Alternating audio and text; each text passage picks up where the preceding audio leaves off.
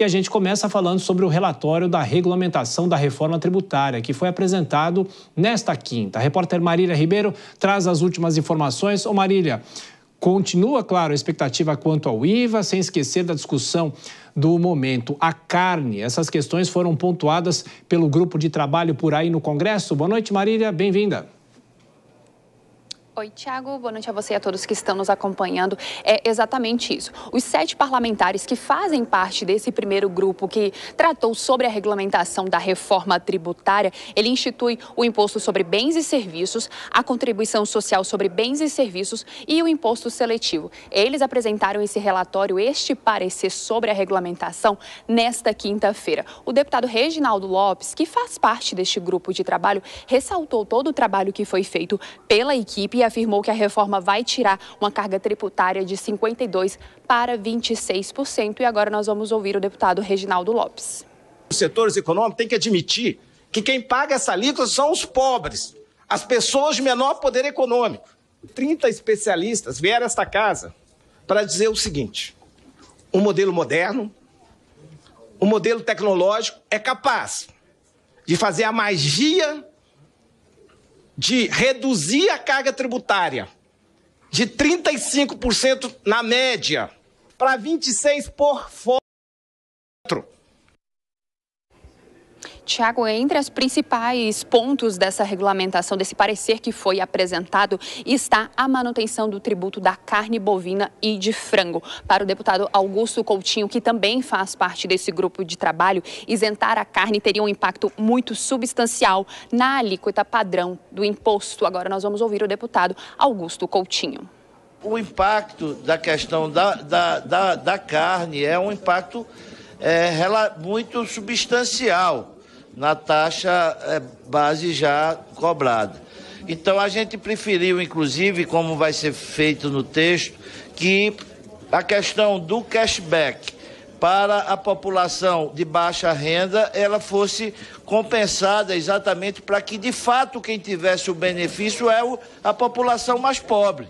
A nossa intenção e o que a gente imagina é que essa tarifa vai baixar e que, inclusive, vai ser uma boa surpresa. Tiago, assim como a gente ouviu aí, o deputado Augusto Coutinho falou, né, que eles colocaram nessa proposta o cashback. Ele deve funcionar da seguinte forma: todos os consumidores pagariam o imposto na hora da compra, mas aqueles consumidores mais pobres, eles iriam receber esse dinheiro de volta através daquele cadastro único ou então de um outro meio que eles ainda irão discutir caso essa proposta seja aprovada. É importante lembrar que essa proposta ainda vai passar por votação. Isso deve acontecer na semana que vem, entre quarta e quinta-feira, de acordo com o presidente da Câmara dos Deputados, Arthur Lira. Para aprovação é necessário pelo menos 257 votos favoráveis. Em seguida, ela vai para o Senado Federal. Lá no Senado é necessário 41 votos. Lembrando que se tiver alguma alteração no texto no Senado Federal, ele retorna para a Câmara dos Deputados. Só depois desse processo que o projeto vai para a sanção do presidente Luiz Inácio Lula da Silva. Tiago, vale a gente também lembrar que o segundo parecer ele deve ser apresentado nesta segunda-feira. Esse segundo parecer do segundo grupo tratou do Comitê Gestor e Distribuição da Receita do Imposto sobre Bens e Serviços. A expectativa para esse segundo texto é que ele fique mesmo para o segundo semestre a sua votação. Tiago. Marília, só uma dúvida, só para a gente reforçar. Então, talvez esse primeiro texto, a expectativa dos parlamentares é de uma aprovação já na semana que vem, porque depois começa o recesso, né? E aí fica difícil. Tiago, a aprovação seria para esse primeiro texto, para esse texto que foi apresentado nesta quinta-feira. A votação deve ficar para quarta ou quinta-feira que vem. A expectativa para a apresentação do segundo texto, desse segundo grupo que tratou da regulamentação da reforma tributária, deve ser apresentado na segunda-feira por volta das 18 horas aqui na Câmara dos Deputados. Para esse segundo texto, a votação deve ficar mesmo só para o segundo semestre. Perfeito. Marília Ribeiro, com as últimas informações sobre a reforma tributária. Bom trabalho para você. você até mais tarde, Marília. Bom, vou chamar já a Dora Kramer para comentar as notícias conosco. Ô, Dora, boa noite para você, bem-vinda. Claro que houve essas mudanças, esse ponto principal que veio causando uma polêmica nos últimos dias sobre a carne. Claro que são questões técnicas, tem o lado político também, inclusive uma possibilidade de que se vote uma urgência na semana que vem para que essa primeira proposta já seja aprovada. De qualquer forma, o Congresso está antecipando essa discussão para que isso não fique tudo para o segundo semestre, não é, Dora? Boa noite, Tiago. Boa noite a todos.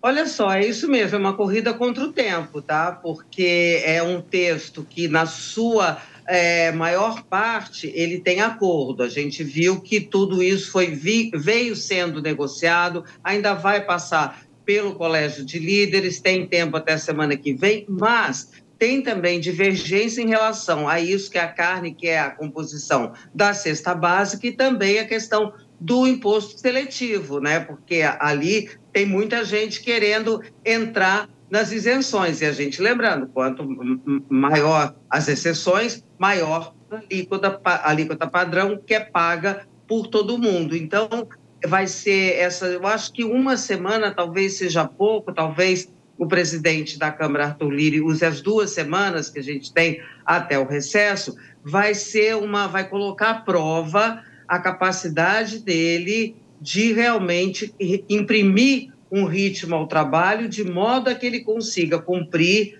aquela promessa, que é mais do que uma promessa, é uma profissão de fé, de entregar pelo menos esse primeiro texto aprovado até 18 de julho. Dora, e são 2 pontos também. Saber se o Senado manteria o que a Câmara aprovar e também se o setor produtivo não vai reclamar mais uma vez. Por exemplo, tem essa taxação dos carros elétricos, né? É um ponto polêmico que o setor produtivo deve acabar criticando o Congresso ou pedindo para o Congresso fazer alterações ou lá na frente até mesmo o Senado, né? Olha, as reclamações já começaram. O Senado no segundo semestre, aí é outra história, né?